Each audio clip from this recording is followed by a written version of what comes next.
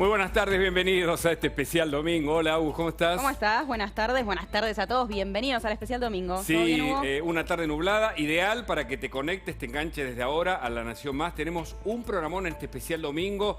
Esperamos a Luis Majul con la cornisa. Mirá, qué semanita, Qué semana. Por Pasó favor. de todo. Viste Pasó que de todo. En los memes decían lunes tal cosa, martes tal cosa. ¿Qué pasará este viernes? Literalmente. Y por supuesto, la cuestión judicial, la cuestión económica, la voz de Alberto que se diluye en una agenda que parece ser más de Cristina Fernández. Por eso, además, aparecen algunos que se lanzan ya a la arena política y vamos a tener la primicia de Javier Milei, va a estar acá, se lanzó de su espacio como diputado. Hablaremos con Maxi Ferraro también, Agustina, porque hay mucha preocupación en el escenario político, judicial, económico, social, el cepo y un montón de cuestiones que pasaron después de lo de Ameri, ¿no? Una verdadera vergüenza. Sí, realmente, bueno, todavía no lo podemos creer porque no solo fue ese momento, sino también las justificaciones después, ¿no? Que fueron bajando de tono de a poco, ya lo vamos a ver en un ratito, ¿no? Pero la primera justificación fue incluso con palabras que tal vez no daban para la televisión de la tarde. Y después, bueno, fue bajando un poco el tono del discurso, pero la realidad es que todavía hoy estamos sorprendidos. También sorprendidos por el pasado, ¿no? que tiene este diputado y que también ha levantado mucha polémica por muchas personas que se preguntan, bueno, cómo llegó, ¿no? También Totalmente. Ameri, teniendo en cuenta que tenía ya muchas denuncias, algunas por acoso. Así que se levantó polémica por los dos lados, Hugo. La verdad que todavía estamos sorprendidos. Y mira, la pandemia hizo que el mundo quedase más desnudo. La Argentina, en su desnudez, muestra el verdadero rol de quienes son los dirigentes. Me dicen, claro, hay un montón de palabras que no queremos repetir, pero que ya se abundó sobre aquellos que representan o nos representan y tienen antecedentes que no los favorecen. Entonces, de algún modo, por suerte, y pese a las sesiones virtuales, que ya evidentemente no tienen cabida, por más que el teletrabajo se haya afianzado en medio de la pandemia y de la cuarentena,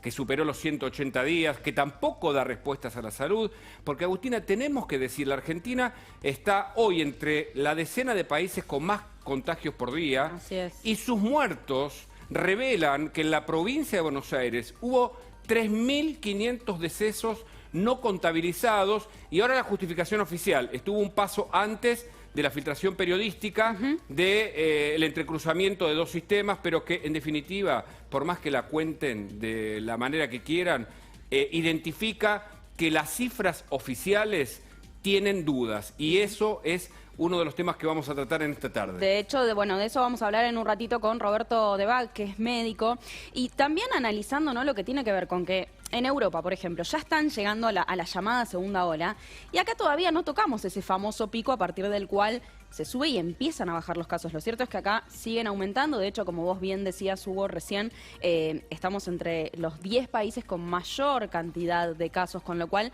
ahí también hay algo para analizar y lo vamos a estar hablando con él en un ratito. Y también vamos a hablar, porque vos sabés que mientras tanto, los médicos están ahí en la primera línea, en el frente de batalla, y esto no es gratuito, para ellos. Muchos están también en una situación de mucho estrés, bajo mucho estrés por eso, y hay un grupo de profesionales que están tratando de ayudarlos con distintas consultas. Por ejemplo, claro, hoy se tienen que hacer a la distancia, virtuales. Bueno, vamos a hablar con la doctora Beatriz Moyano sobre esto para entender qué le está pasando a los médicos, ¿no?, que están ahí en el día a día. Sí, en el día a día. Ese es uno de los aspectos. El otro es la economía, el cepo, el nuevo cepo, el nuevo impuesto, una devaluación encubierta. Por eso vamos a hablar con Javier Milei y con otros especialistas para que nos digan qué pasa en la economía argentina a partir de mañana. Se supone ya los datos del ANSES están disponibles para que uno pueda comprar dólares, que es la moneda de refugio. Por más que nos quieran vender que tenemos que ahorrar en pesos, la verdad es que como el peso se devalúa,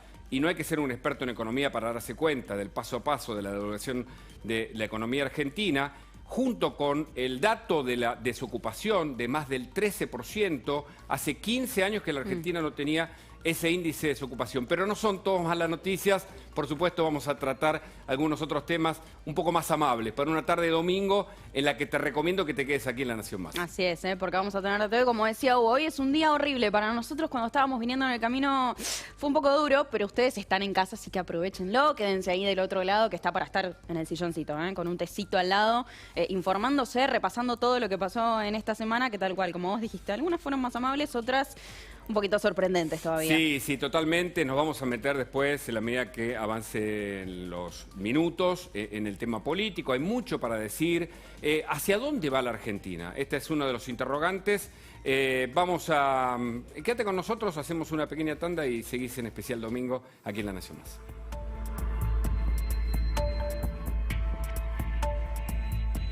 Seguimos en el Especial Domingo aquí en La Nación y nos metemos de lleno en el coronavirus porque tenemos del otro lado al doctor Roberto de Vaga, a quien le agradecemos por hablar con nosotros. Doctor, lo primero que le quiero preguntar tiene que ver con estos 3.500 fallecidos que se reportaron esta semana. ¿Qué fue lo que sucedió? ¿Por qué tardaron tanto en reportarse, haciendo que el número ahora crezca muchísimo, ¿no? Buenas tardes, gracias. Gracias por la invitación. Bueno, el por qué lo sabrán las autoridades de la provincia de Buenos Aires.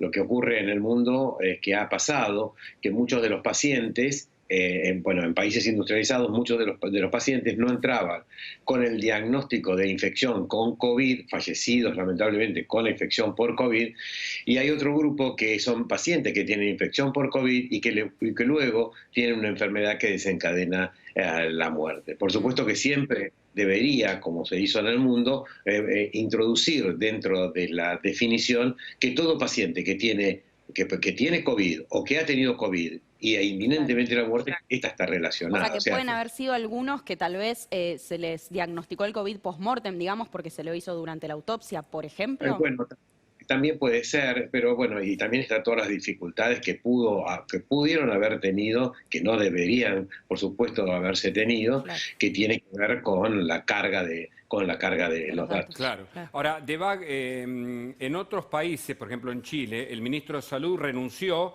frente a error, omisión o este tipo de equivocaciones. Y aquí aparentemente nada de eso va a pasar, se lo explica de cualquier manera. ¿Eso es correcto para usted?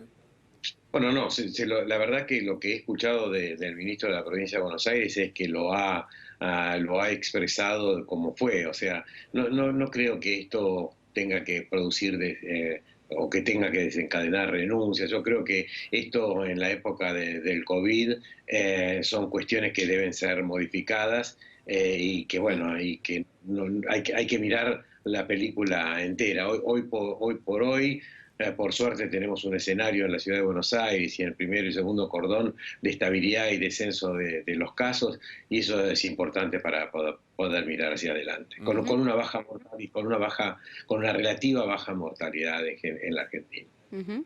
Doctor, estamos entre los 10 países ya con mayor cantidad de casos. En Europa, por ejemplo, que en algún momento lo mirábamos como el diario del lunes, ya están llegando a la segunda ola en muchos lugares. Acá, sin embargo, todavía no logramos alcanzar ese punto en el cual hay un pico y empiezan a descender los casos. ¿Lo superamos? ¿Cuándo va a llegar? ¿Cuál es su visión al respecto? Yo creo que estamos en una meseta que todo va a depender del lugar geográfico donde estemos. Por ejemplo, si estamos en la ciudad de Buenos Aires, aproximadamente entre el 3.8 y el 4% de los ciudadanos de Buenos Aires tienen o han tenido una PCR positiva, quiere decir que han llegado al destino. Hay un coeficiente de corrección o correlación que es de 10, es decir, un número por el cual multiplicar aquellos casos que se definieron para saber cuánta cantidad de casos hay en la Argentina o en este caso en la Ciudad de Buenos Aires. O sea, en la Ciudad de Buenos Aires debemos estar alrededor del 40% de los ciudadanos que ya que han tenido la infección. Basado en eso, ahí ya el virus tiene más dificultad para encontrar personas que para infectarse y para poder sobrevivir. Es así que a principio de, pongámosle, abril, una persona que estaba infectada y salía con el virus, encontraba a 10 personas y a las 10 personas podía infectar. Ahora va a tener que encontrar de esos 10, va a tener que encontrar 5 o 6 para poder contagiarlo. Y si a su vez se usa el tapabocas, empieza a disminuir todo. Por eso es que vuelvo a decir, hay un sector de la población de la Argentina, que es Ciudad de Buenos Aires, primero y segundo cordón, que está estable. Por supuesto que hay una preocupación que tiene que estar y tiene que seguir en la provincia de Buenos Aires, en todos aquellos que viven más allá de 100 kilómetros, Sí. o sea, en el interior de la provincia. Y en otras provincias que realmente es muy, la situación es muy severa, bueno, puede llamarse Mendoza, por ejemplo, puede llamarse, bueno, Santa Fe. Mire, Mendoza, hay pacientes que hacen colas desde la madrugada para poder hacer una cola para hacerse un diagnóstico de PCR y el Claro. resultado lo dan en 5 o 6 días. O sea, Claro, la ahora, crisis eh, en las provincias hoy en día es importante. sí, de hecho ayer me decían que en Rosario está al tope la capacidad de internación, la capacidad de terapia intensiva. Ahora, la cuarentena ha funcionado porque estamos entre los 10 países con más contagios y, de acuerdo a informes internacionales, en la última semana, por densidad de población, entre los países con más cantidad de muertos por día. Bueno, yo creo que la cuarentena fueron muy... Cuando uno tiene estos episodios pandémicos o brotes epidémicos, cuando termina uno puede mirar y puede saber cuáles fueron los aciertos reales y cuáles fueron los no aciertos. Pero Ajá. sí, la cuarentena prolongada en la Argentina produjo efectos adversos en la población en 3 áreas. En las áreas emocionales, tanto de los niños como los adultos. Los niños han sufrido la cuarentena y siguen sufriendo también en estos momentos. Después el aspecto de la salud física de las personas. No es lo mismo la salud física de las personas en el mes de marzo o febrero que la salud física de ahora. Sedentarismo, por más que comamos en nuestras casas, se come con más sal, hipertensión, no se han consultado adecuadamente los médicos, ha bajado la tasa de vacunación, más del 30% ha bajado la tasa de vacunación en la Argentina en los menores de 2 años. O sea, realmente produjo un efecto adverso muy grave. Y el tercero, bueno, no soy especialista, pero es el área económica. Ahora, si tuvo éxito la cuarentena para reducir la cantidad de casos por millón, la cantidad de muertos por millón, etcétera, y podemos decir que no, que porque fueron efectos adversos de la cuarentena y que tarde o temprano tuvimos esto. Ahora, ¿el sistema sanitario se reforzó, mejoró? Sí, pero también se había mejorado en el mes de junio y ahora estamos en el mes de septiembre. O sea que realmente luego vamos a poder mirar para atrás y ver los aciertos o los no aciertos. Y ahora, obviamente que, bueno, uno lo mira hacia atrás, ¿no? Pero justamente viendo lo que ha sucedido, ¿cuál hubiese sido tal vez la mejor manera, ¿no?, de accionar? Yo creo que las cuarentenas que no fueron tan, o que fueron, mejor dicho, que fueron estrictas, pero en periodos más cortos, y reactivación, cuidando a las personas mayores de 65 años, las personas que tenían enfermedades, comorbilidades, protegiéndolas sin ninguna duda, y los jóvenes saliendo a hacer sus actividades económicas inicialmente y luego económicas y sociales, con la adecuada utilización del tapabocas, con el adecuado distanciamiento en el mundo, en los países que han tenido los mejores resultados, ese fue el método. ¿Y la vacuna? ¿Viene la vacuna? ¿Va a ser obligatoria como se proyectó? ¿Tiene contraindicaciones? ¿Es la solución al problema? Bueno, sin duda es la solución al problema. Ahora, ¿cuándo va a solucionar el problema las vacunas? Es cuando están disponibles. ¿Y cuándo van a estar disponibles? Cuando los estudios de fase 3, que son los que demuestran la eficacia y la seguridad a larga escala, es decir, en miles y miles de personas, demuestren que son seguras, que no producen efectos adversos moderados o graves, y además que son eficaces en prevenir la infección. ¿Eso cuándo lo vamos a saber? Y lo vamos a saber aproximadamente en el mes de noviembre, porque ya la reclutación de pacientes en el mundo, hay más de 100.000 pacientes en el mundo que están recibiendo actualmente, están dentro de los protocolos de investigación de las 6 vacunas que están más cerca. Una es las vacunas de Oxford y del laboratorio AstraZeneca de Inglaterra, otras son 2 americanas, el laboratorio Moderna y el laboratorio Pfizer, y 3 son chinas, 2 inactivadas y una también muy parecida a la de Oxford, y una vacuna rusa. Cuando todas esas vacunas, pero fundamentalmente esas 6, ya están con el reclutamiento de pacientes y que van a tener los datos en noviembre, ahí vamos a saber cuándo vamos a disponer la vacuna. Posiblemente algunas de ellas dispongamos porque van a ser seguramente van a ser eficaces y seguras, y estas van a poder ser utilizadas en el primer semestre del 2021. El mundo está discutiendo a quién, ya se sabe y se coincide quiénes son las personas que la van a recibir primero. Lo que la van a recibir primero son dos grupos poblacionales. Un grupo son los trabajadores de salud, que son los que van a proteger a la humanidad, claro, siguiendo a con coronavirus, y el segundo grupo va a ser los mayores de 65 años y los pacientes que tienen enfermedades con comorbilidades. De esa manera, por un lado, baja la mortalidad de la enfermedad, baja las complicaciones, y por el otro lado, preserva a los trabajadores de salud, que son los que van a atender al resto de la población. O sea que hasta que tenga llegada masiva, podemos esperar que eso suceda aproximadamente ¿en qué mes? Teniendo en cuenta, suponiendo que en noviembre esté todo bien. No es una buena noticia decir que si se tuviese que vacunar al 60% de la población mundial, esto posiblemente ocurra en el 2024, 2023, claro, no el año que viene. El año que viene sí se va a poder vacunar a estos dos grandes grupos poblacionales, que son los que en el 2021 van a estar protegidos. Y en el 2022 van a empezar seguramente a estar más disponibilidad y teniendo en cuenta justamente lo que mencionaba usted recién respecto a ciertas dificultades, se supo esta semana que hubo también otro caso vinculado a una complicación neurológica que aún no se sabe si tiene que ver o no con la vacuna. También se empezaron a revelar más detalles. ¿Qué se sabe hasta ahora del desarrollo específico de la vacuna de Oxford, que es la que, bueno, todos coinciden en que tal vez es la que está más cerca, ¿no? Los estudios que fueron publicados en fase 2 demostró que tiene una alta inmunogenicidad, es decir, tiene una respuesta de anticuerpos muy protectora, mucho más allá o mucho más alta, claro, que la respuesta que tienen los pacientes que tienen la infección. Correcto. Los dos pacientes que han tenido la enfermedad de la mielitis transversa no fue causado por la infección, eso fue descartado, y el tercero posiblemente tampoco. Lo que pasa es que la fase 3, y más en este tipo de vacunas, son tan estrictos los controles que hay, que cualquier efecto adverso tiene que ser estudiado para saber si es un efecto adverso producto de la vacuna o es una enfermedad que tienen los pacientes, porque independientemente de la vacuna tendrían esa enfermedad en ese momento. Roberto, le agradecemos mucho el contacto. Nos queda claro que si la vacuna está para el 2024, la cuarentena estricta ya no tendría sentido. Hay que convivir con este virus, pero bueno, mientras tanto consultamos a quienes mejor saben y pueden explicar a qué se enfrenta el mundo y por supuesto la Argentina. Gracias por el contacto de nuevo. Gracias a ustedes, buenas tardes. Bueno, quédate en especial domingo, instantes nada más. Una tanda muy, muy breve, se viene un programón y por supuesto esperamos más tarde a La Cornisa con Luis Majul. Quédate aquí en La Nación Más.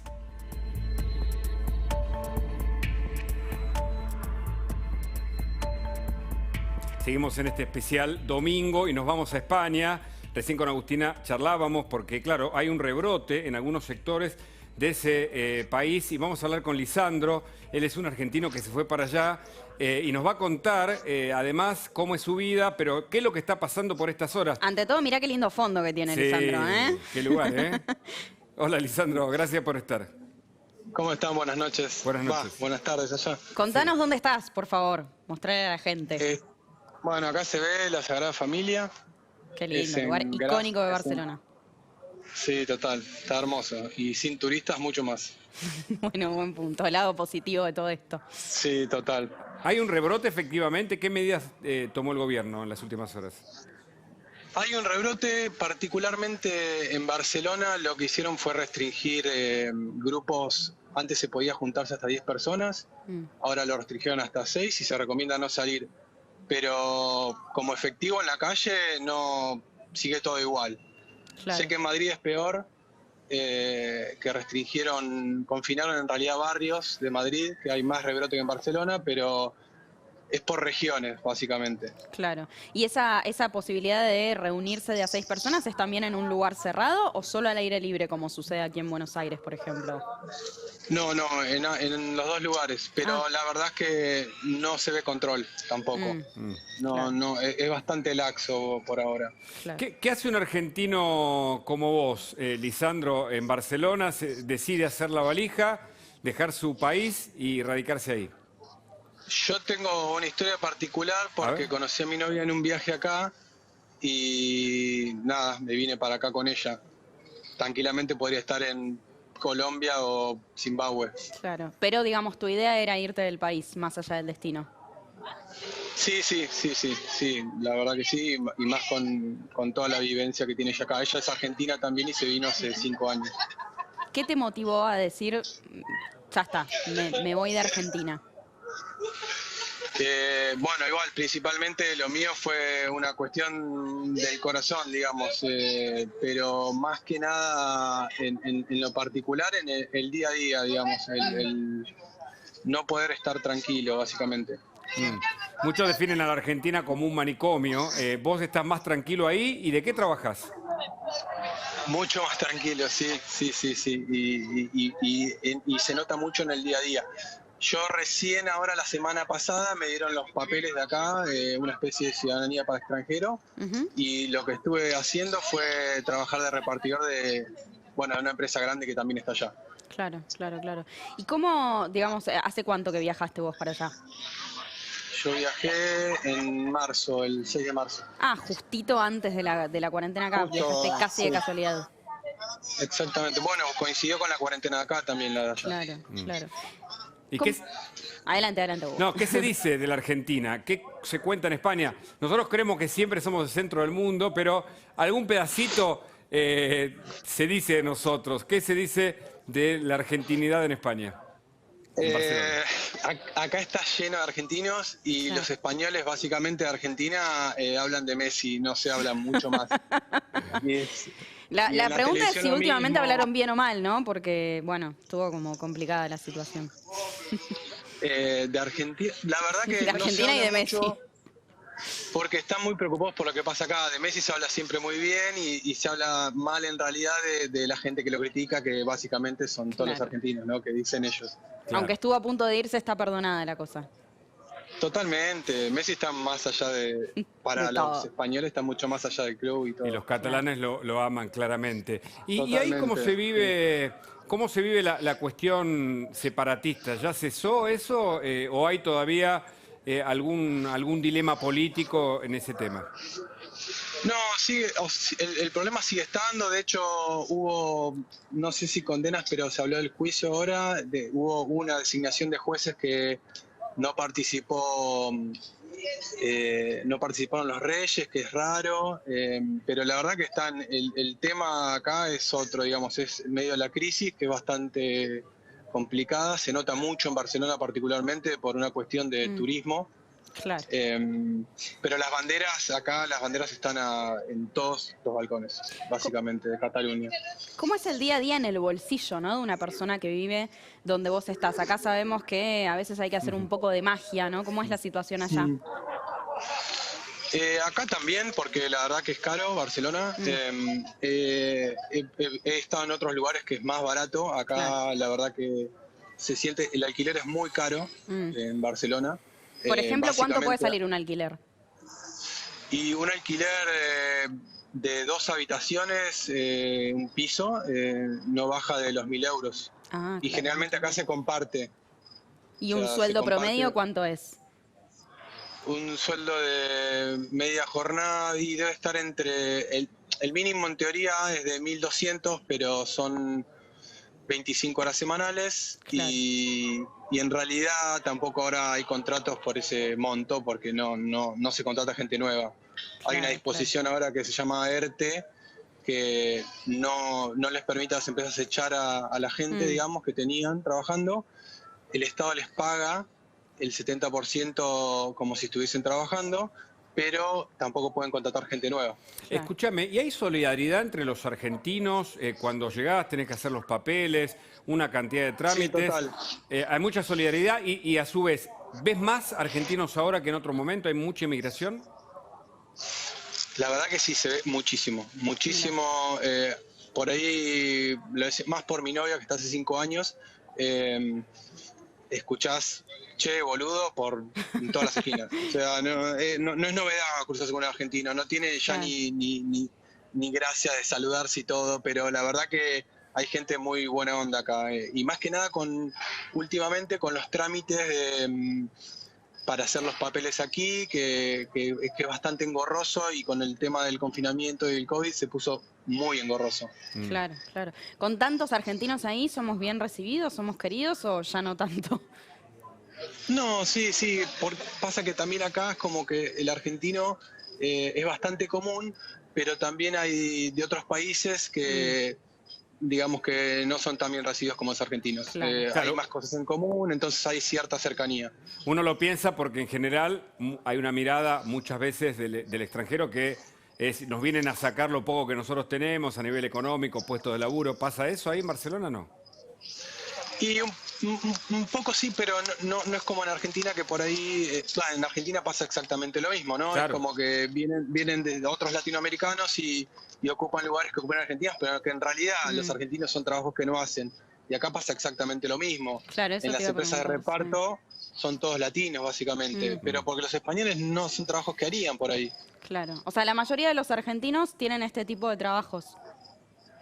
Sí, hay de todo, pero se ve mucho más latino. Sí, no tanto argentino, sino más latino, por lo menos en empresas de reparto. ¿Y se consigue trabajos calificados o por ser extranjero es más difícil? No, se consigue, pero en realidad acá lo que más se busca es justamente la especialización muy definida. Digamos, no vale, no tiene sentido tener 5 másters en ingeniería, sino tener uno y dedicarse a una sola cosa. Claro. Nicho. Algo muy específico, sí. Me quedé pensando en lo que mencionabas recién sobre lo que sale, por ejemplo, alquilar un piso. ¿Cuánto puede salir, por ejemplo, ir a comer afuera o comprar una cena en un supermercado? Mira, un menú, digamos, ejecutivo puede, como barato, digamos, 10, 12 euros. Después te vas hasta donde quieras. Claro. Y el supermercado, bueno, ahora no puedo hacer una conversión uno va a hacer las compras de la semana. ¿Con cuánta plata tengo que ir para hacer las compras de la semana en Barcelona? Nosotros que somos 2, para la compra de la semana creo que no gastamos más de 30, 40 euros. Es barato. Y me imagino que hay estabilidad, no hay inflación como acá en la Argentina. ¿Pero qué extrañas de la Argentina? ¿Algo debes extrañar? ¿El asado, las amistades, tu familia? ¿Qué dejaste? Sí, más que el asado, los afectos, la familia, los amigos, mi perra también. Claro. ¿Es posible ahorrar estando allá? Sí, con un trabajo fijo sí. No, se puede, pero el ocio es caro, digamos acá, si bien hay un montón de opciones, pero a ver, la realidad acá también es que uno con lo que gana ya sabe que puede gastarse y que no, y no va a variar en un montón de tiempo. O sea, no hay apuro para comprarse algo, sino si el año que viene va a valer exactamente lo mismo o menos. Qué increíble eso, ¿no? Sí, es muy estable Europa. Bueno, acá uno trata de congelar los precios. Sí, y además el dinero ya lo tienen claramente respaldado, por eso no van a otra moneda. El euro está establecido, salvo en Gran Bretaña. Pero te quería preguntar además, ¿cómo son los controles allá? Entiendo que no hay cuarentena, hay restricciones para reuniones. Vos estás sin barbijo, estás en la calle. La policía controla, ¿no? Ahora la verdad que no tanto. La gente anda con barbijo todo el tiempo, eso es casi una postal de acá, no hay gente que ande sin barbijo, pero no se ve tanto policía controlando. Por ahí más, ahora ya hace un poco de frío, pero en la zona de la playa sí había un control más estricto. Claro. Sí, y se vio más... No, por favor. decime. No, que de acá llegaron algunas imágenes de playas de Barcelona muy llenas de gente. Sí, de hecho cuando hay mucha gente las cierran, o sea, los que ya están adentro y nada, pasa que la gente acá también, si bien no es como en Argentina, no duró tanto, de hecho duró bastante poco, cuando se abrió un poco, la gente se volcó a los bares, a las playas, y ahí hubo bastante quilombo. Lisandro, ¿qué edad tenés y tenés consultas de amigos que están en la Argentina que también te preguntan para irse porque tienen ganas? Yo tengo 35 y sí, yo lo veo más como fantasías, porque en realidad también venirse acá, a ver, la calidad de vida es superior y todo lo que quieras, pero es animarse y ya, no hay nada garantizado tampoco, o sea, no garantiza ningún tipo de estabilidad emocional, Claro. de felicidad, entonces nada, el que se quiera animar se viene y sin mucho tampoco, ¿eh? Ajá. Claro, pero ¿crees que hay mucha gente que tal vez está pensando en irse? ¿O has recibido Sí, consultas?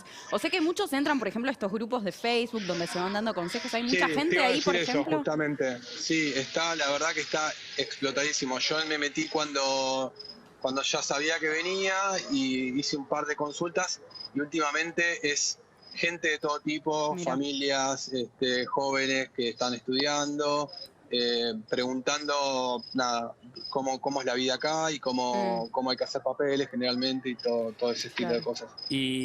Y los papeles son muy difíciles de hacer, digo, la legalización para, no sé si conseguiste una residencia provisoria, una definitiva, una ciudadanía.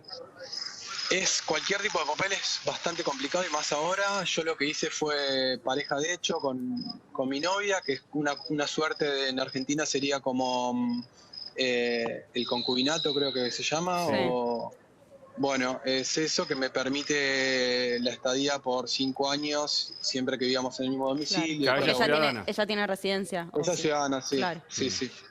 Claro. Pero es complicado, la verdad que conseguir turnos y todo, hay también una movida medio no, ilegal para conseguir los turnos porque no se Claro. consiguen y hay gente que llegó hace 3 meses y no consigue Claro. turno para hacer Claro. el documento o la Claro. tarjeta de extranjero. Lisandro, muchísimas gracias por haber hablado con nosotros. Gracias por haber ido ahí. ¿Qué hora es allá? No, por favor. Ahora son las... A ver, perdón. 4 horas más, ¿no? Las 12 menos cuarto. Ah, bueno, o sea, te hicimos ir tarde ahí hasta la Sagrada Familia, así que muchas gracias No, también estoy por haberte cerquita, tomado estoy cerquita. ese trabajo. Un placer hablar con vos y bueno, Gracias. esperamos que puedas encontrar Igualmente. allá lo que has ido a buscar. Sí, ya lo encontré. Muy bien, perfecto. El amor seguro, eso ya lo sabemos. Sí, por eso vine y por eso me quedo. Muy bien, nos alegramos. Bueno, Lisandro, entonces Gracias. que nos hablaba desde Barcelona. Bueno, Nosotros nos cuando vamos quieran. a una pausa muy cortita y enseguida volvemos con más de este especial domingo aquí por La Nación. Ya venimos.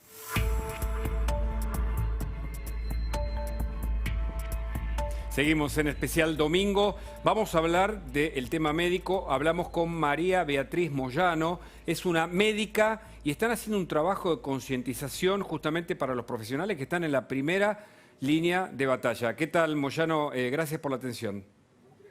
¿Cómo están? Un Cuéntenos. gusto poder estar acá. Un gusto para nosotros. Cuéntenos qué están haciendo para justamente alertar a los profesionales de la medicina frente a la pandemia. Sí, somos un grupo de voluntarios, terapeutas, psiquiatras, psicólogos y médicos que nos armamos una red para asistir al personal de salud en la trinchera misma. Lo hicimos apenas empezó el aislamiento obligatorio y la verdad es que queríamos acercarle cuidado, todo lo que pueda ser calma, ayuda de la manera más accesible para ellos. Sabemos que es una población, el personal de salud, que está muy estresada, muy abocada a la tarea, con poco espacio para el autocuidado, porque es una característica de los médicos y del personal de salud de estar la vocación a full en lo que está haciendo, claro, pero por ahí quizás no cuidarse tanto. Entonces, por eso armamos esta red. Es una red de terapeutas que también acercamos herramientas de mindfulness y de compasión. Son prácticas muy concisas y breves, preparadas para la atención en crisis, cuando es oportuno acercarle esto, o claro, simplemente la presencia, la escucha cálida y amable, y medidas de cuidado, Beatriz, con mucho cuidado también. ¿Cuáles son las principales preocupaciones que tienen hoy los médicos que están trabajando en la primera línea de fuego? Bueno, las preocupaciones son, primero que nada, contagiarse, claro, pero sobre todo porque van a contagiar a la familia. Por otro lado, asistir a una cantidad de pacientes cada vez en este momento de la curva creciente en cantidad y en gravedad, no poder conformar a todos, porque el sistema de salud, por más que se ha tratado de preparar al máximo, hay lugares donde no es suficiente ni el personal o los aparatos necesarios para esto, no solamente respiradores, sino todo lo que es la instrumentación que permite la protección del personal. Entonces, en realidad, su gran preocupación es también asistir a los duelos cuando aparecen muertes, que son duelos muy especiales, porque son duelos que no son con presencia de la familia, por lo cual hasta hemos luchado, mucho los trabajadores de la salud por poder lograr que esos duelos sean en presencia de familia, y ha salido hasta un decreto con respecto a esto, por suerte, para poder estar en ese momento tan especial cuando, no se ha podido lograr rescatar a esa persona. Claro.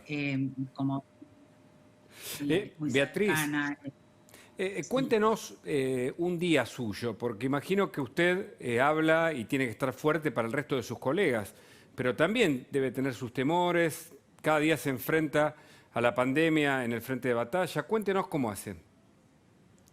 Sí, en realidad yo soy psiquiatra, soy terapeuta, y el grupo nuestro que se armó incluye también médicos que están en las trincheras, que son los que podrían contar cómo es un día de ellos en la unidad de terapia intensiva. Nosotros, como personal de salud, pero dedicados a la salud mental, justamente lo que queremos es llegar al grupo que está en la trinchera con más estrés, ¿no? Pero nosotros nos preparamos, cada día, desde lo que es el lugar de trabajo, que en este momento mucho es estar en las casas y desde ahí atender online a cantidad de personas que sufren, pero en especial, además de nuestros pacientes, queremos llegar al personal de salud, enfermeras, médicos, personal de maestranza, ¿no? Claro. La verdad es que los médicos están sufriendo también varios estresores, no solamente los que mencioné, sino también la estigmatización, ¿no?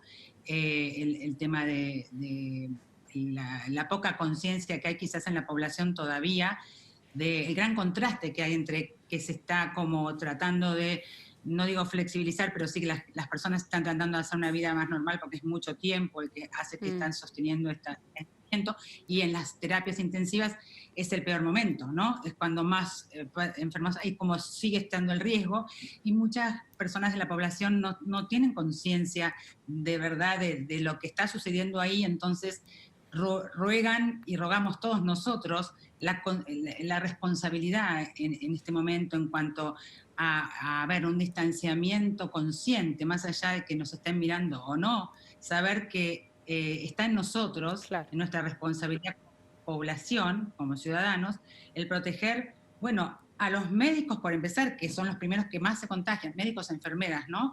Que los que más se contagian y los que van como quedando por fuera cuando se contagian, y entonces del sistema, del grupo, del equipo, con lo cual sobrecargan a sus compañeros. Pensemos que el personal de salud es escaso, y cuando se contagian tienen que, salir, aislarse, y entonces sobrecargan a sus compañeros.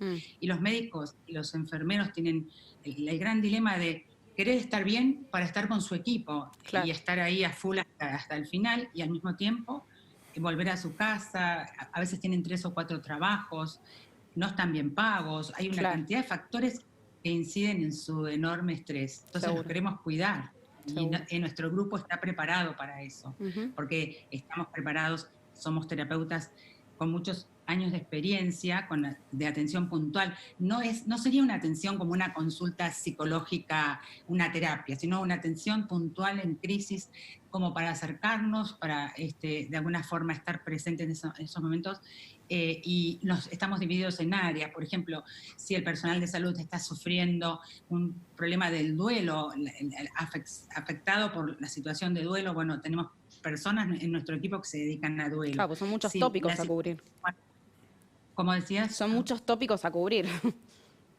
Claro que sí. Y en general, las herramientas de mindfulness y de compasión, que son prácticas concretas, de parar, mirar, calmarse y poder a veces respirar, a veces conectar con los sentidos, con el lugar.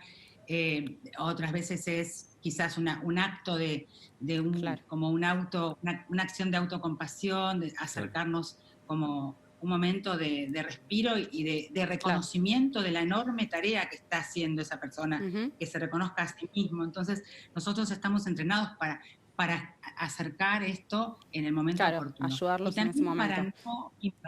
Para no invadir, porque muchas veces no es lo ideal, a lo mejor en ese momento, una práctica de meditación, pero tal vez es simplemente la presencia nuestra, cálida, amable, atenta, de seguirlos. Nos ha pasado que por ahí, en el testimonio de un grupo de cuidado consciente, algunas de las personas que han asistido y que hemos asistido al personal que nos ha tocado, enfermeras o médicos, el simple hecho de estar y en 2 o 3 oportunidades de conectarnos nos han dicho que ha sido un alivio grande. Claro. Sí, darles apoyo.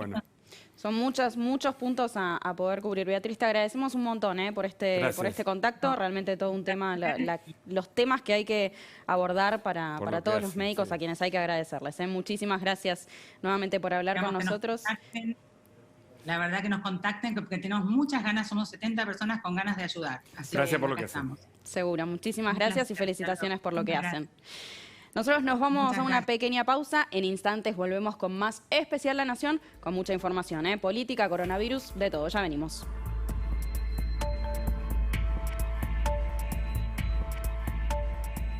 Seguimos en Especial Domingo y nos metemos en la política, Agustina. Estamos en línea con Maximiliano Ferraro. Él es diputado y la preocupación no solo por el caso Ameri, sino porque evidentemente se desnuda que muchos legisladores no están a la altura del cargo que representan. Gracias por la atención. ¿Qué tal? Muy buenas tardes a todos ustedes. ¿Cómo les va? ¿Cómo les va? Muy bien. Mire, la verdad que, por supuesto que lo sucedido el jueves pasado en la Cámara de Diputados es un acto vergonzoso, indecoroso y una actitud más que reprochable por parte del diputado Ameri, y que la verdad que esto es un llamado de atención a todo el Parlamento Nacional y al propio funcionamiento de la Cámara de Diputados, pero también decir que no todos somos lo mismo, ¿no?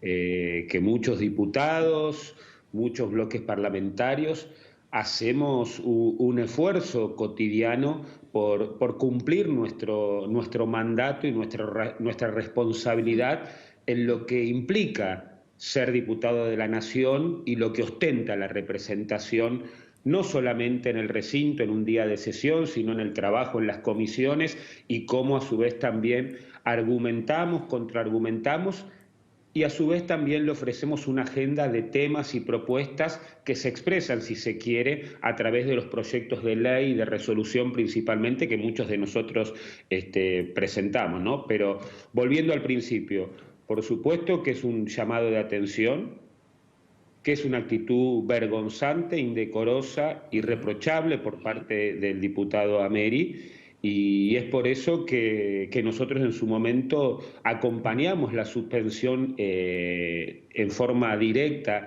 del diputado en el momento de la sesión del jueves, porque lo que no podemos obviar, lo que no podemos mirar para otro lado, que por más que estemos en una sesión mixta, con algunos diputados presentes, que somos alrededor de 45, 50 diputados en el recinto, y el resto de forma remota y virtual, todo eso es el recinto de la Cámara de Diputados al cual estamos acostumbrados. Claro. Maximiliano, Agustina Girón te saluda, gracias por hablar con nosotros. Nos enteramos, ¿no?, que también tuvo algunas denuncias por acoso, por ejemplo, Ameri. La pregunta es, ¿en tu opinión se debería tal vez considerar, por ejemplo, esperar una condena firme o no cuando hay acusaciones por detrás para que una persona pueda asumir un cargo como el de ser diputado? Bueno, como vos sabés, Cristina, nosotros venimos insistiendo desde hace mucho tiempo en que el Congreso de una vez por todas pueda sancionar la ficha limpia, que la ficha limpia no solamente puede estar orientada a personas que estén procesadas o condenadas con respecto a delitos de corrupción, sino a este tipo de delitos y acusaciones graves.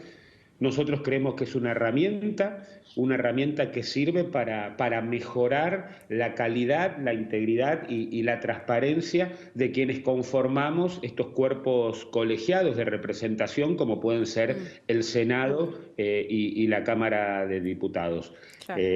Yo la verdad que no conocía las denuncias que pesaban sobre el diputado Ameri. Cuando nos enteramos el día jueves, por supuesto que fuimos muy duros en el planteo de que no podía continuar un diputado como Ameri dentro de la Cámara, claro. ¿no? Sí. Porque Ferraro, es una ofensa a toda la Cámara, ¿no? Sí, sí. Y esto claro. que le decía, digamos, por supuesto que nosotros estamos observados por la sociedad, tenemos que rendir cuentas constantemente y cumplir con nuestro mandato de representación, pero también poder transmitir esto, ¿no? Que no todos somos lo mismo y que muchas veces muchos de nosotros, y ustedes lo sabrán, Sí. en el caso de la coalición cívica, como otros diputados como pueden ser Pablo Oliveto Lago, Mariana Zubik, la propia Lilita, bueno, varios de nosotros, la verdad que le ponemos el cuerpo con mucha honestidad, seriedad y compromiso, por lo menos del trabajo que tenemos por delante y lo que creemos que tenemos que representar en ideas, valores y principios. Ahora, la cuarentena, la pandemia desnudó, a través de las sesiones virtuales, que no sé si van a seguir, desnudó este aspecto que estaba como tapado. Algunos legisladores con denuncias, y por ejemplo en el medio un tuit entre Paulo Oliveto y Aníbal Fernández. Hay dos argentinas y hay una que está debajo de la alfombra y se desnuda en esta circunstancia. Por supuesto que hay una Argentina que está debajo de la alfombra. Por supuesto que hay una Argentina que se esconde y mira para otro lado. ¿Para qué? Para que no se muestre lo que estamos viendo en estos últimos tiempos, que tiene que ver con cumplir un objetivo y llevar una agenda de impunidad y de atropello institucional, como se está viendo por parte de la actual vicepresidenta de la Nación, con lo que es el caso de los 3 jueces federales como Castelli, Bruglia y Bertuzzi, pero no podemos dejar de lado y tener presente la embestida contra el actual Procurador General de la Nación, Eduardo Casal, la libertad que vimos en el día de ayer o antes de ayer de un coimero confeso como Ricardo Jaime, y que ojalá la justicia no demore el proceso y ratifique la sentencia y la condena que pesa sobre Ricardo Jaime por lo que fue la tragedia de Once y las 51 víctimas que eso produjo. Y como bien decías vos, ¿no? Vuelven a aparecer impresentables e innombrables, como es el caso de Aníbal Fernández y así. Pero no me resigno a poder construir otra Argentina, ¿no? Por más que la vicepresidenta de la Nación se empeñe en enfrentar a los argentinos, por más que se empeñe en radicalizar las posiciones, nosotros desde la coalición cívica no nos resignamos a la posibilidad de construir otro tipo de Argentina. Y no renunciamos, por supuesto, siendo muy fuertes y contundentes en lo que es la defensa de la Constitución, lo que es la defensa del Estado de Derecho y la posibilidad de la paz social que necesita la Argentina. Y en esto me parece que el presidente de la Nación tiene que tomar cartas en el asunto. Hoy pareciera ser que quien conduce los destinos de nuestro país es la actual vicepresidenta de la Nación y que se ve todos los días con estos atropellos institucionales que estamos viendo en el Senado de la Nación y que son orquestados y dirigidos por ella, pero a su vez también en el embate que vemos con respecto a la ciudad de Buenos Aires, a Horacio Rodríguez Larreta y a Juntos por el Cambio, pero que me parece que tenemos que poder resistir de manera pacífica y también transmitirle a la sociedad que a pesar de estos momentos de enojo, de angustia, de desazón, la posibilidad de poder construir otra Argentina es posible. Maximiliano, hablas de la paz social y mencionás también que en tu opinión quien gobierna es Cristina Kirchner y no Alberto Fernández. ¿Te parece que Alberto Fernández no está contribuyendo en la paz social? ¿No hay paz social hoy en la Argentina? Yo creo que estamos en momentos muy complejos. Y la verdad que uno en un principio le intentó creer al presidente cuando nos convocaba al diálogo, ¿no? Pero que terminó siendo un diálogo tramposo, mentiroso, que faltaba la verdad. Y que después vamos viendo día a día lo que va sucediendo. ¿Quién es la que lleva y él convalida la embestida a 3 jueces federales, como es el caso de Bruglia, Castelli y Bertuzzi? ¿Quién es la que lleva adelante junto a sus laderos la embestida contra un procurador que no lo puso ni Mauricio Macri ni Juntos por el Cambio, sino que el doctor Eduardo Casal está ahí porque lo manda la Constitución? ¿Quién es la que vino instalando y diciendo que la ciudad de Buenos Aires es una ciudad rica u opulente, que quienes vivimos acá deberíamos tener vergüenza? Ferraro, hay una idea que se discute en varios articulistas que hablan no de neopopulismo, sino de neopobrismo. Es decir, a partir de la crisis, la Argentina ahora aumentó su cantidad de desocupados, la pobreza, la devaluación encubierta del cepo al dólar y el control del Estado que parece ser cada vez mayor. ¿Usted ve algo de eso? ¿Ve alguna cuestión que pueda afectar nuestra democracia desde la agenda de Cristina Fernández? Nosotros vemos que el gobierno insiste con recetas que no nos llevan a un camino de desarrollo y prosperidad en el mediano y en el largo plazo. Y que la verdad que el ministro de Economía, con todas sus mejores intenciones, nos presentó un presupuesto que a las 24 horas quedó totalmente desactualizado, producto del último informe del INDEC, que, como bien decías vos, ¿no?, está vinculado al aumento de la pobreza, de la desocupación, de la no inversión y de una proyección, que esto es lo que nos preocupa también muchísimo, de una caída de más del 12-14% del PBI en nuestro país, similar, les diría, a lo que ha sido en la crisis del 2001.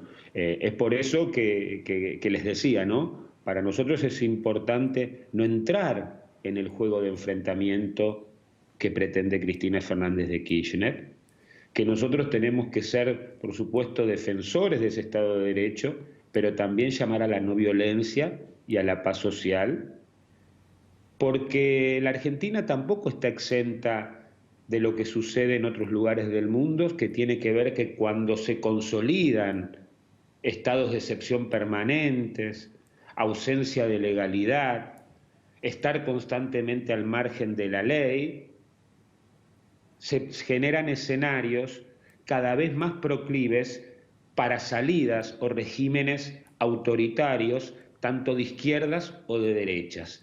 Y esto lo vemos en la región, lo vemos en Europa, y la Argentina para nada está exenta en estos momentos de una situación de estas características, cuando vemos que las democracias están cada vez más agrietadas. Nosotros tenemos que tratar de fortalecer la democracia, y la democracia se fortalece defendiendo las instituciones y lo que nos puede unir. ¿Y qué es lo que nos puede unir más allá de las diferencias que tenemos?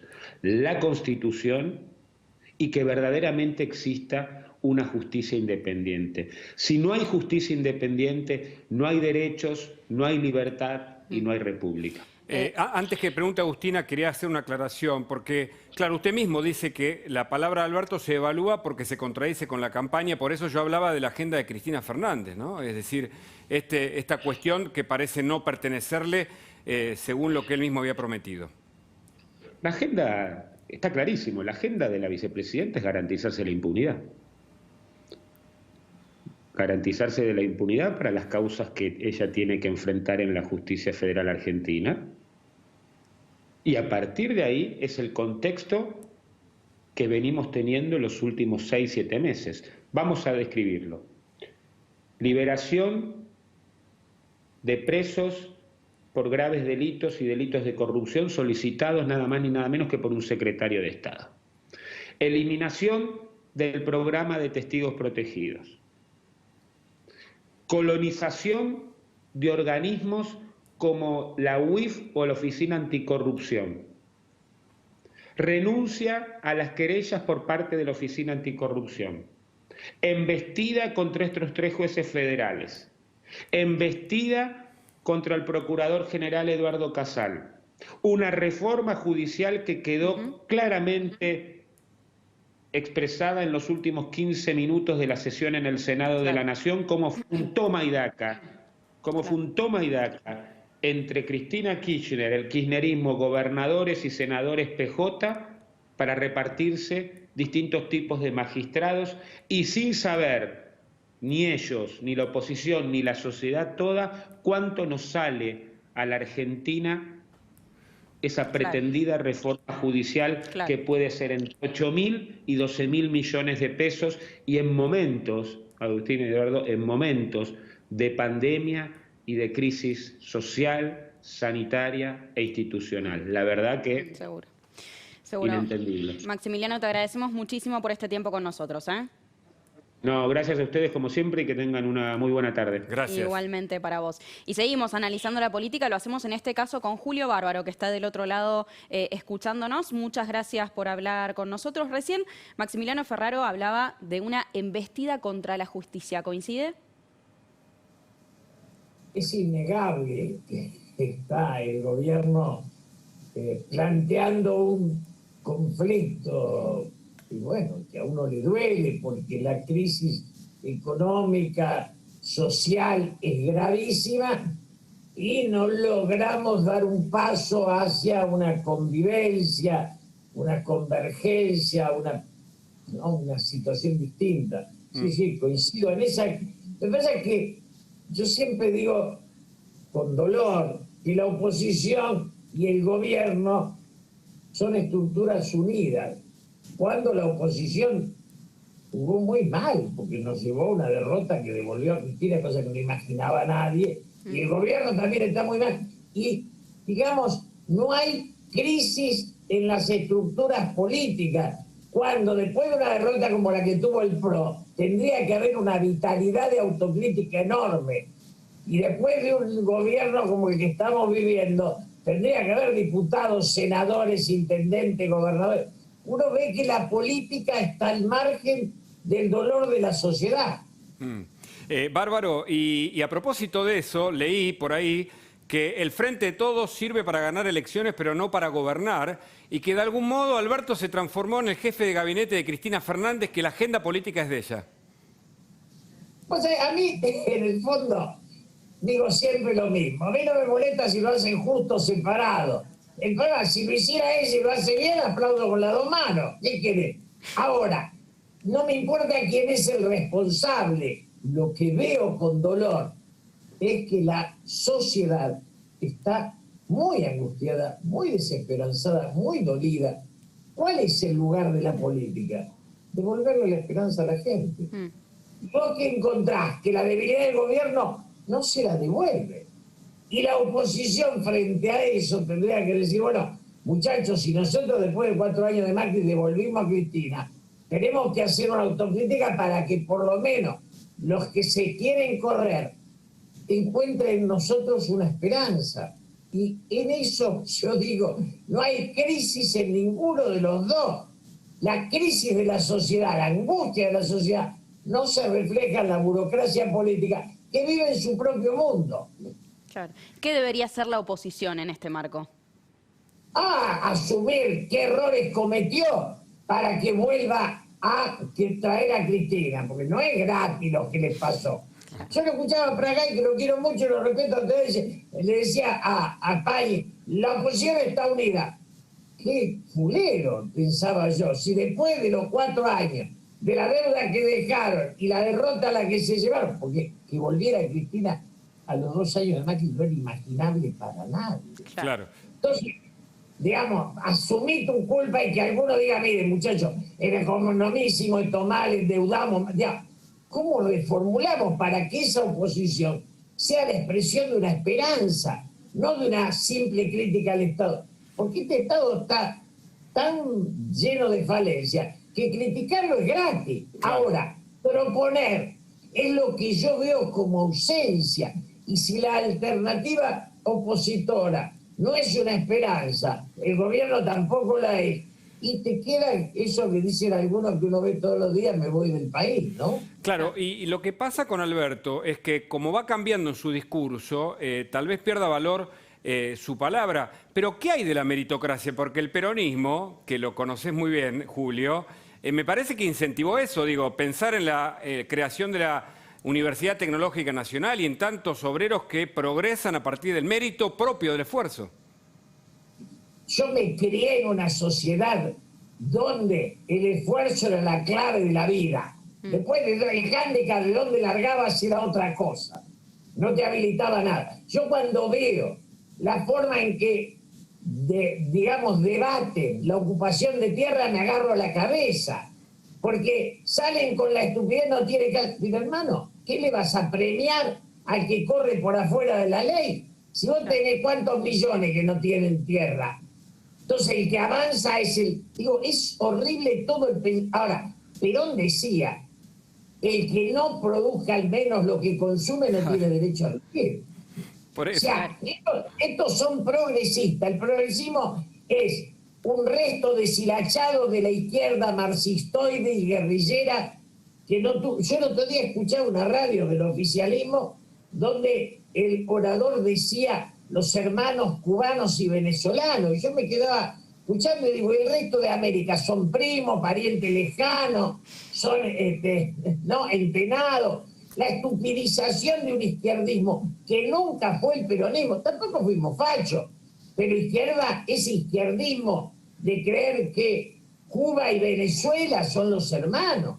Yo con Venezuela no tengo nada que ver, a Cuba fui muchas veces solamente para ver una cosa que no quería convertir en la Argentina en eso, digamos, ¿son fracasos o no?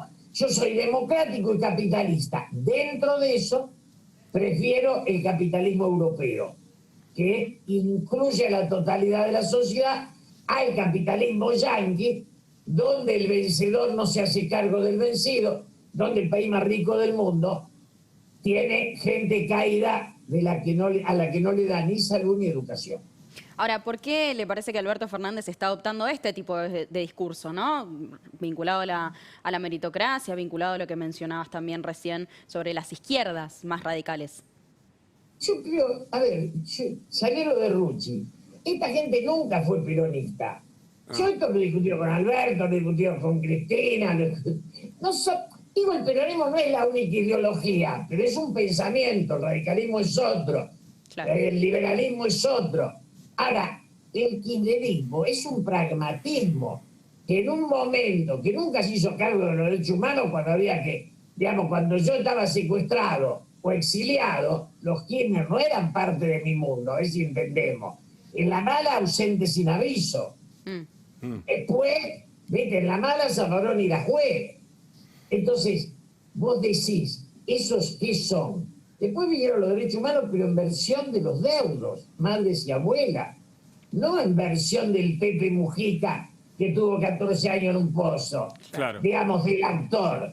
No en versión de revisión de Firmerín, Perdiera, Canaraján. De eso no hubo. Entonces, Rucci no está. Cuando Todorov vino a la Argentina y vio que en la placa de los caídos estaban solo los de un bando, dijo, así no se pacifica un país. No sé si está claro. Clarísimo, Julio. ¿Y hacia dónde vamos? Porque si a 9 meses de un nuevo gobierno Alberto aparece un poco desdibujado, perdón por la insistencia sobre una figura que todos los analistas repiten, y la economía y la política se empieza a degradar y falta mucho de este gobierno, ¿qué panorama ves? Yo veo un panorama en el cual esto, lo que estoy planteando, busquemos propuestas, juntemos empresarios, porque tiene que haber una burguesía nacional, sindicalista. Mira, yo por ejemplo, Clarín reivindicó hace un tiempito la figura de Salvini, Jorge Salvini, que antes de anoche dio un paso importante al pagarles el carro que los muchachos que hacían votar una ley, después la pintaban ellos y te la mandaban. Me hacía acordar el día que Macri votaron el blanqueo de capitales con los parientes afuera y él por decreto incorporó los parientes. Claro. Por eso te digo, lo del PRO no me pueden dar un curso porque, digamos, para mí, Cristina y Macri son dos partes del pasado argentino, a ver si nos entendemos. Sí. Los dos son. Yo quiero estar más allá. No hago solo pegarle al gobierno. Propongo que nos juntemos, aquello, te decía lo de Sanguini, porque puede ser Pinedo, tuve una larga charla con Ricardo López Murphy. Digo, hay gente en la Argentina que es digna de ser respetada en todas las fuerzas políticas. Hasta ahora venimos eligiendo a los vivarachos. Tendríamos que elegir la coherencia. Y si elegimos la coherencia, por eso yo te decía lo de Clarín con Sanguini, te digo lo de López Murphy, lo de Federico Pinedo, hay mucha más gente. Te quiero decir, respetarnos. Entonces, yo no, si hay alguien al que no quiero, yo es a Rodríguez Larreta. Me parece el último resto de la expresión de la antipolítica. ¿Por qué? Para mí. ¿Por qué? Porque no es política, nunca habló de política ni va a hablar. Es una parte administrativa de Mauricio Macri, que también era la antipolítica. Por eso el pensamiento se lo ponía a Durán Barba. Pero ¿no es importante la gestión, Julio? ¿No evalúas la gestión como un elemento de la política? Cuando hay rumbo, claro. Si yo tengo un barco, el que maneja es importante. Ahora, si hay que hacer el barco, la Argentina no tiene destino. Necesita un político, no un administrativo.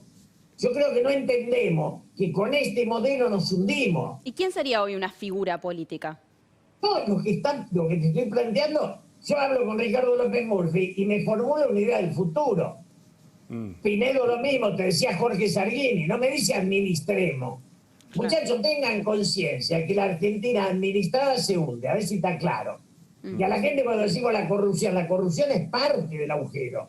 Ahora, en un país donde el bar de Don Pepe dice Starbucks, ¿viste? Pago royalty por lo que tenía, no hay posibilidad de que sobreviva. En un país donde cada farmacia, Farmacity destruye, es un clase media que degrada a clase baja. En un país sin normas ¿Qué es el drama de la humanidad hoy? Que el capitalismo se concentra y los bancos son los dueños de los bares, de los kioscos, de las farmacias. Entonces no hay clase media, hermano. Sí, pero a los países de la región les va mejor que a nosotros, aún con recetas que parecieran a países de la región le va un poco mejor económicamente desde la macro que a nosotros, incluso aplicando políticas que pueden ser antipopulistas, digamos. No, ellos vienen en subida y nosotros en bajada. No te olvides de ese detalle. Nosotros fuimos un país con un 8% de pobreza, un 7, un 6, y sin deuda. Nosotros fabricábamos aviones. Todavía ponemos satélite en órbita. Y después tenemos que contratar una empresa para el que me trae la comida a casa, que es alemana, extranjera. Tenemos la estupidización de la dependencia cultural. A nadie le va bien así. Cuando Trump dice los chinos rajan de acá, es porque es una nación y ninguna nación permitió desarmarse en la invasión. Los brasileños siempre tienen una burguesía industrial que es la paulista, hermano. Los uruguayos no privatizaron los teléfonos. ¿De qué? ¿Dónde está que son parecidos? Parecidos son los chilenos. No, digo que les va mejor, no les hemos parecido, Julio. Yo te entiendo. Te entiendo claramente porque el proceso de alfabetización en la época de Perón bajó mucho y venía bajando. Pero por eso, como te llevo al terreno peronista, porque parece que, quienes gobiernan no tienen, digamos, esos rasgos. Pero Agustina quiere preguntarte.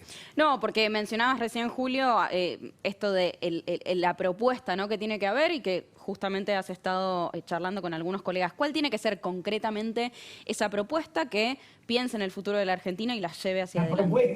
La propuesta es que nadie puede gobernar solo. Punto. Esto cierro ahí. ¿Viste? No es solo, tendría que estar Melconian, de Pablo, López Murphy, Sarguini acompañando al gobierno.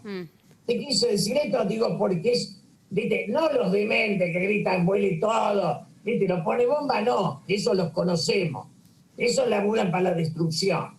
Sino los que tenemos, digo, eso se me ocurre ahora, pero solo salimos, como salió Europa. Claro. ¿Qué era Europa en la guerra? Se mataban, hasta aquellos mismos hombres que se mataban tomaron conciencia que no se podían seguir matando. Claro. Entonces, Churchill era jefe de guerra, pero después fue jefe de paz. De Gaulle también. Y era Adenauer, y era Trump. Digo, ¿cómo? Después viene un idiota y dice, tienen 20 años. No, hermano, tenían 80. Pero acá está Merí, acá, Bárbaro. Está el diputado Amerí, entre otros dirigentes. No, claro, bueno, pero ¿sabés por qué? Porque la política argentina se hizo para que obedezcan. La política terminó siendo de los negocios. Yo me eduqué en una política de las ideas. Hoy ni me miran, no me dejan entrar al Partido Peronista Capital. ¿Por qué? Porque la política es del poder económico. Entonces el señor Víctor Santamaría no sabe quién soy yo, ni le importa. Él tiene página 12 para hacer la revolución. ¿Qué revolución? La de los empleados públicos, hermano.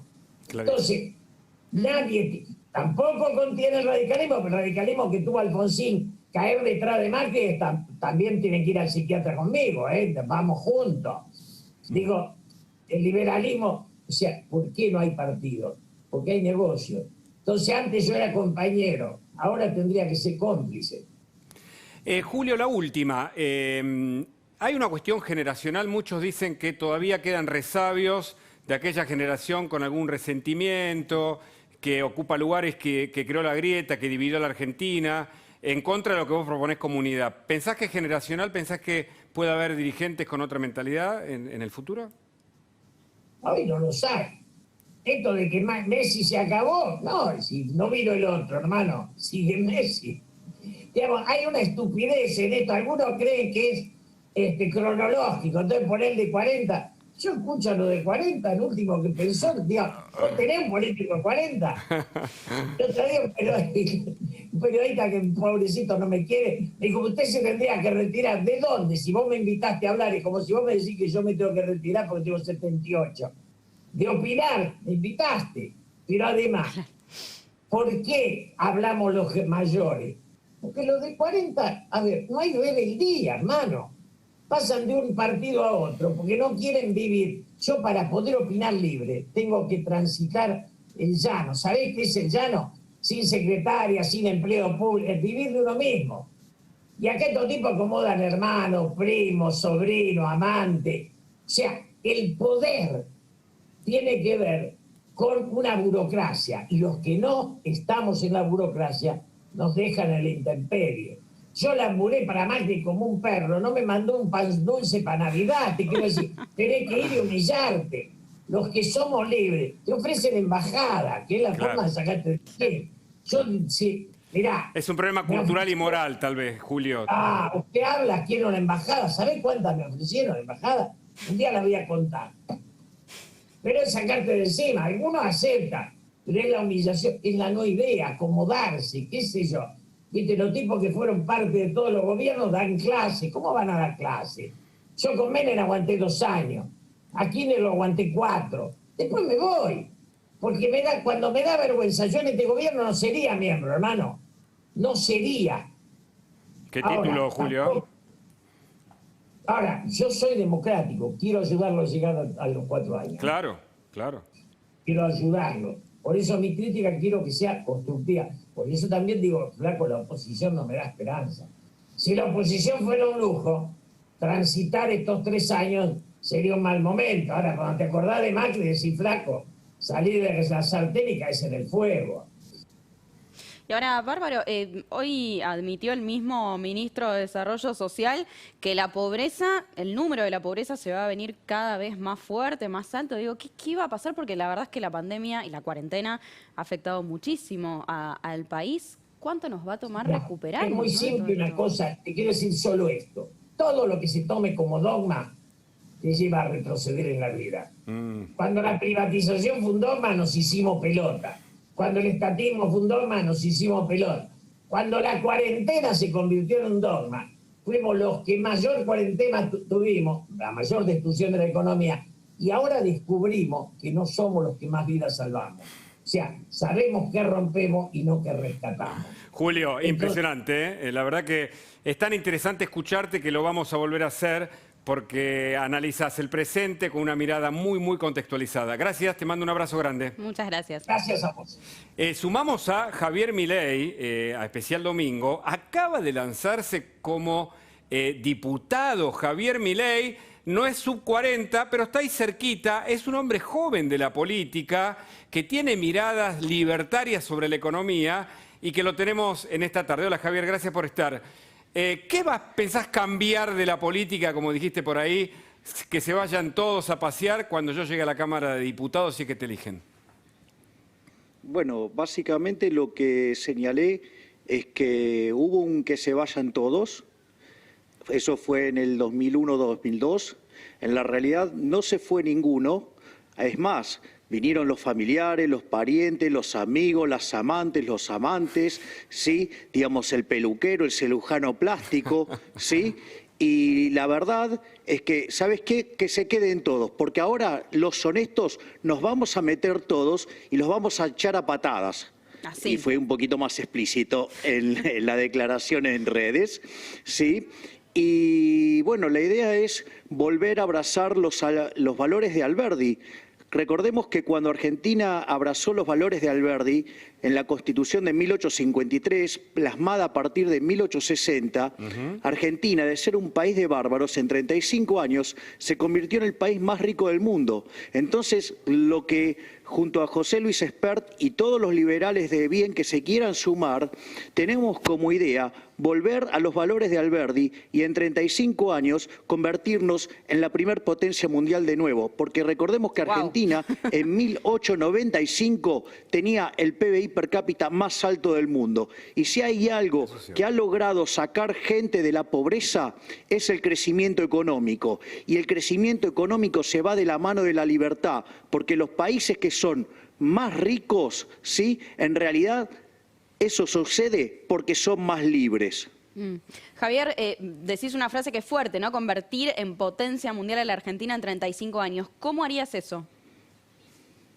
Bueno, digamos, esto no tiene mayor magia. En realidad se llama crecimiento económico. Existe muchísima evidencia empírica y existen casos modernos, por ejemplo el de Irlanda, que replicó el milagro de Argentina y en 35 años de ser el país más miserable de Europa, hoy tiene un PBI per cápita 10% más alto que el de Estados Unidos. Ahora, ¿cómo se logra esto? Acumulando capital, capital físico y capital humano. El capital humano tiene que ver básicamente con que la gente pueda comer, ¿sí? Y con que la gente se eduque. Y fundamentalmente con instituciones. Y ahí hay una parte crucial, porque las instituciones son lo que permite que haya ahorro y que ese ahorro se transforme en inversión y que esa inversión permita crecer y mejorar la relación de capital-trabajo en la economía, la productividad, los salarios reales y así exterminar la pobreza.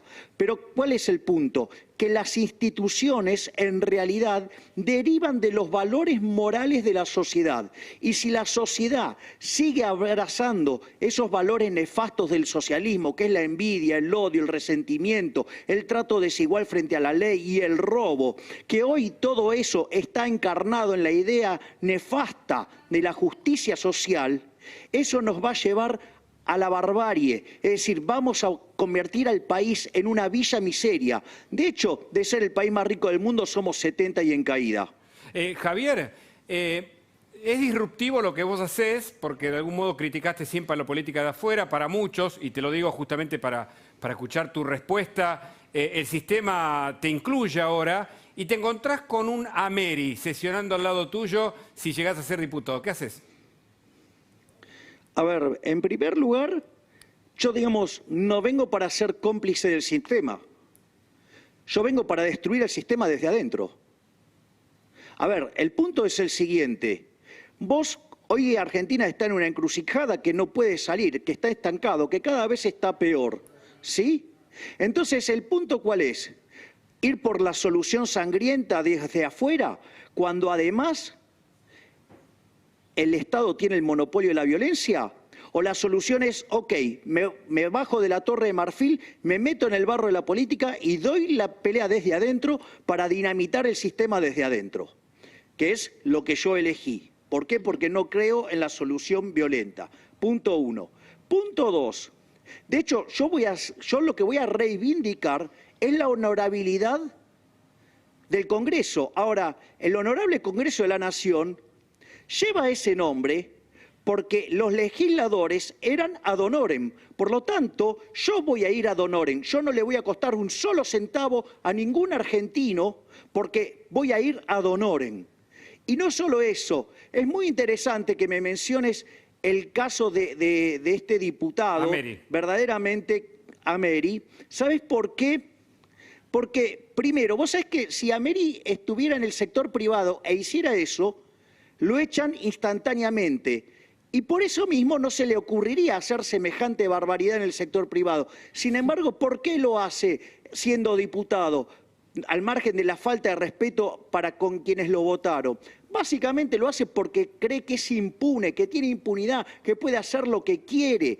Y eso es lo tremendamente grave. Pero además, lo otro que quiero señalar, por si no lo sabían, durante el mes de mayo, el diputado Ameri envió un tuit donde decía, quédate en casa, cuida a los tuyos y cosas por el estilo, las consignas del gobierno, y decía, y lavate las manos como si hubieras tocado a Milei. Yo le quiero agradecer la publicidad que me hace este inmoral, porque justamente me pone en sus antípodas, y uno de los motivos por los cuales yo creo que los liberales debemos empezar a involucrarnos en la política es porque justamente los valores del liberalismo son superiores en el plano de la moral y justamente hay que arrasar con estas basuras que contaminan las instituciones y destruyen el país. Milei, recién hablabas de destruir el sistema por dentro y construir uno nuevo. ¿Cómo sería ese nuevo sistema según Javier Milei?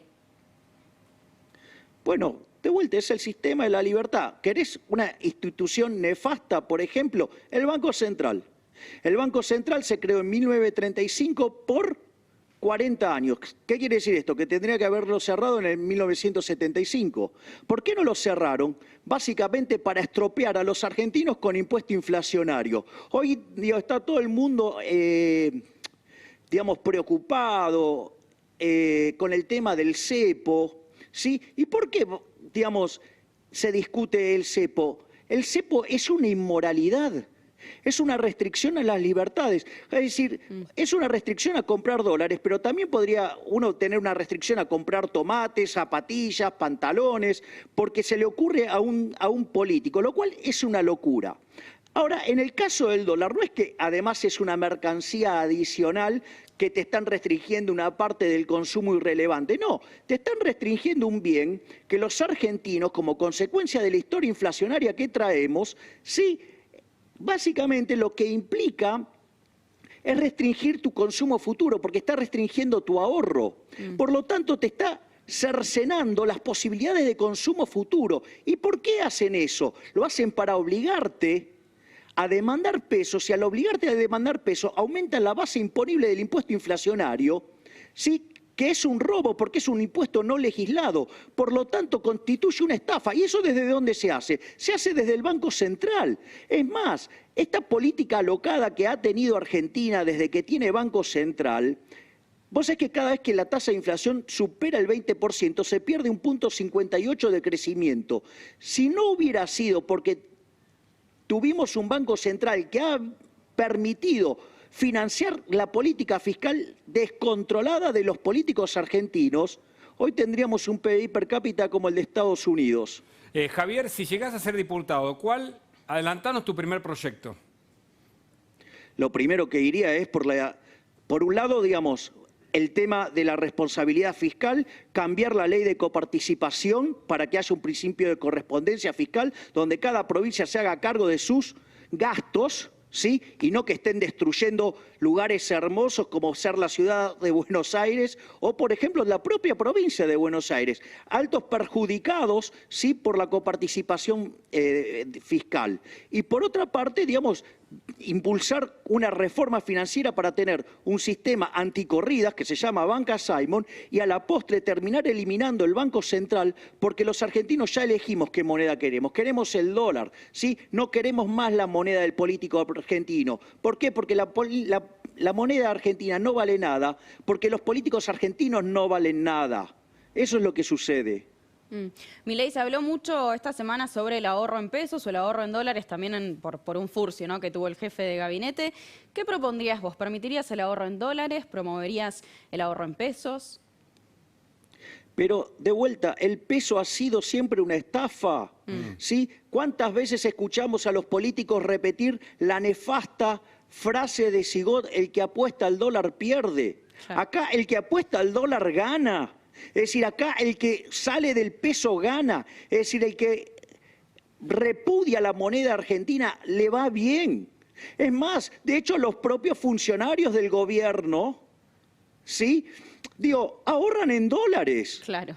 Es más, el señor presidente, habría que avisarle que la hijita de su compañerita de fórmula le encontraron 5 palos verdes en la caja fuerte. Que dicho sea de paso, tener 5 palos verdes en la caja fuerte es equivalente a fugar capitales, porque Dios, se llenaron tanto la boca criticando al otro gobierno con la fuga de capitales y le encontraron, digamos, 5 millones de dólares en una caja de seguridad. Y vaya a saber toda la otra que tienen, ¿no? Ahora, eso sí, estaban en dólares. ¿Y cómo se levanta al peso argentino? ¿O ya no tiene chance? No, yo creo que hay que... A ver, el peso argentino no sirve para nada. Entonces, ¿qué, dolarizar, Javier? ¿Dolarizar directamente como hizo Ecuador en su momento?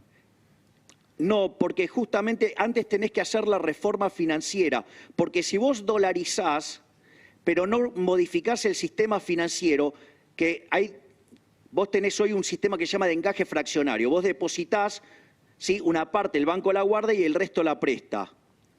¿Qué pasa? Si llega a haber una corrida, vos no podés emitir dólares. Entonces tenés que tener un sistema anticorrida. Una vez que vos, eso se llama, el sistema anticorrida se llama banca Simon. Vos tenés una banca de inversión y una banca de almacén de valor. El almacén de valor dejás la plata ahí y el día que vos querés te la llevás. Y en la banca de inversión es como si compraras un fondo común de inversión o acciones. Entonces, si vos invertís en el mal fondo, tenés una caída de valor y nadie sufre las consecuencias de eso.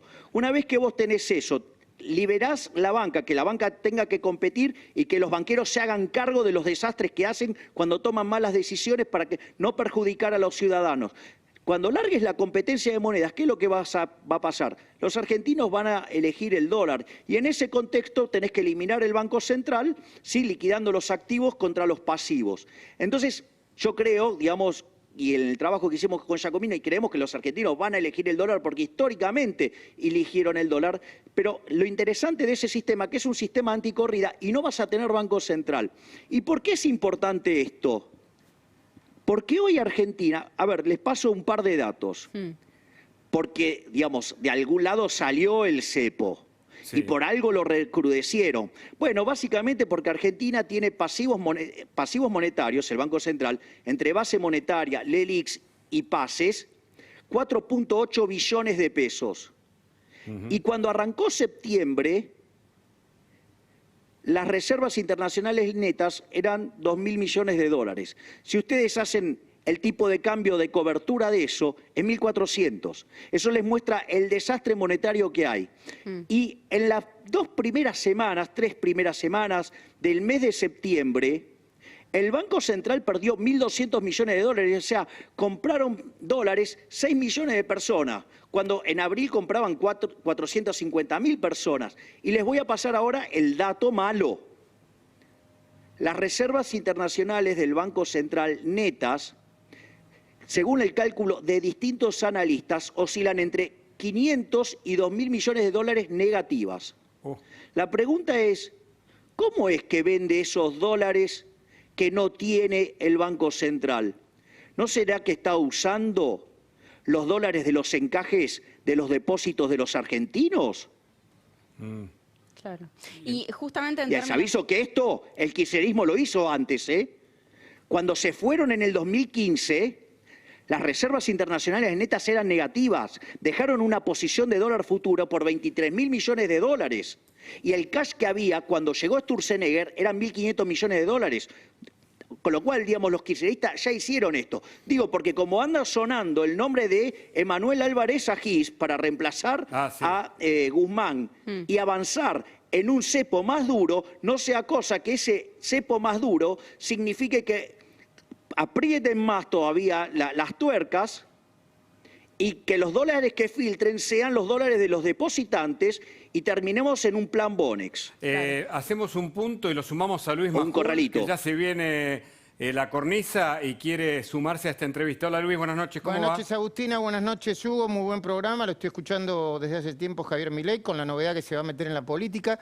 Pero quería, antes de saludarlo, recordar que Javier Milei acaba de publicar un libro que se llama Pandenomics y que habla no solo de la economía, ahora si ustedes me lo prestan un poquitito voy a seguir hablando con él, sino también de la política sanitaria. Y en un momento donde se está discutiendo la cifra, a mi entender, a ver, la estadística tardía de muertos que dio la provincia de Buenos Aires, seguramente Javier Milei debe tener algo para decir sobre eso. Javier, buenas noches.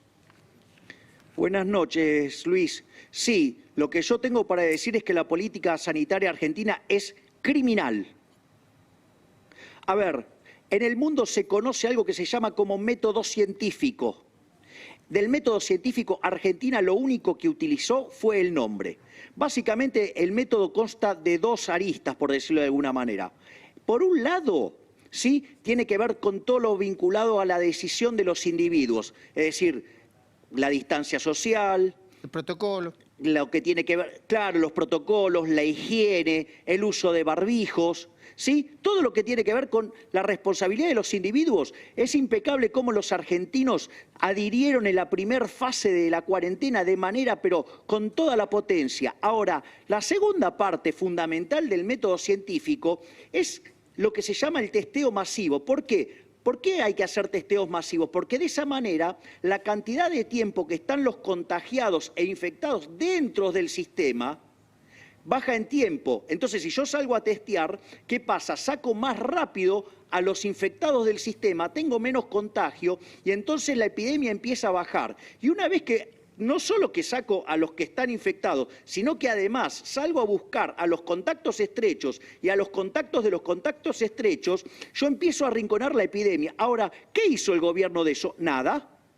Básicamente, ¿por qué? Porque Argentina está entre los países que menos testean del mundo. Es decir, está en el lote de los 10 que menos testean en el mundo por millón, pero además eso no es gratis, porque Argentina está en el lote del 10% de países con mayor muertos por cada millón de habitantes.